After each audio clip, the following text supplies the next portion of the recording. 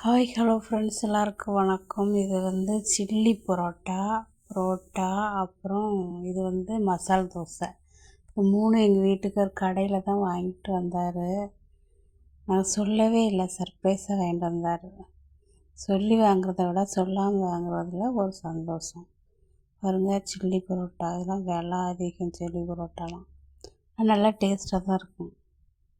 ஆனால் எங்கள் வீட்டுக்கார் அளந்து ஒரு ஆளுக்கு 2 தாங்க வாங்கிட்டு வந்தார்.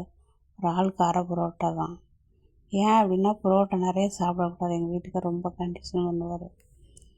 வீட்டில் 5 பேர் இருக்கோம், ஆனால் 2 பரோட்டா தான் வாங்கிட்டு வந்தார். அதே கொஞ்சம் கூட அதிகமாக வாங்கினா 1 தான் வாங்குவார். ஒரு ஆளுக்கு 1 தான், அதுக்கு மேலாம் கிடைக்காது. ஏன்னா சாப்பிடக்கூடாதுன்னு சொல்லி திட்டி வாங்கிட்டு வருவார். சரி, எவ்வளோ வாங்கிட்டு வந்தாலும் இன்றைக்கெலாம் 2 பரோட்டா தான், ஆனால் 5 பேர் இருக்கோம். ஆளுக்கு அரை பரோட்டா தான் வந்துச்சு.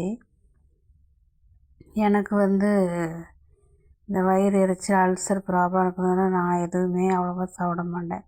சும்மா டேஸ்ட்டுக்காக கொஞ்சம் சாப்பிட்டுக்கிடுவோம் மக்களே. என்ன பண்ணுறது, என் பொழப்பு இப்படி ஆகிப்போச்சு. அதனால் எங்கள் வீட்டுக்கு 2 பரோட்டா வாங்கிட்டு வந்தால் கூட எல்லோரும் ஓரளவு அரை பரோட்டா சாப்பிட்டு சமாளிச்சுக்குவோம். இது வீட்டில் செஞ்ச ஃப்ரைட் ரைஸ் தான், ஸ்கூல் லஞ்சுக்கு செஞ்சேன்.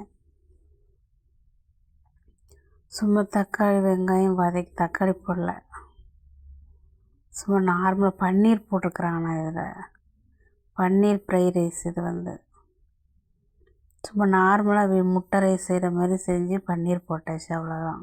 வெங்காயம் போட்டு வதக்கிட்டு, முட்டையை போட்டு வறுத்துட்டு, சோறு போட்டு பன்னீரும் நான் வீட்டில் தான் மக்களே செஞ்சேன், கடையிலலாம் வாங்கலை. கடையிலலாம் சின்ன பாக்கெட்டாக இருக்கும், 100 ரூபா சொல்கிறாங்க. ஐயா, நமக்கு இது கட்டுப்படி ஆகாதுன்னு நான் எப்பவும் பன்னீர் வீட்டில் தான் செய்வேன். இது டீப் ஃப்ரைடு பண்ணினா மோமோஸு. இது உருளைக்கிழங்கு தான் வச்சுருக்கு மக்களே, வேறு ஒன்றும் பெருசாக எதுவும் இல்லை.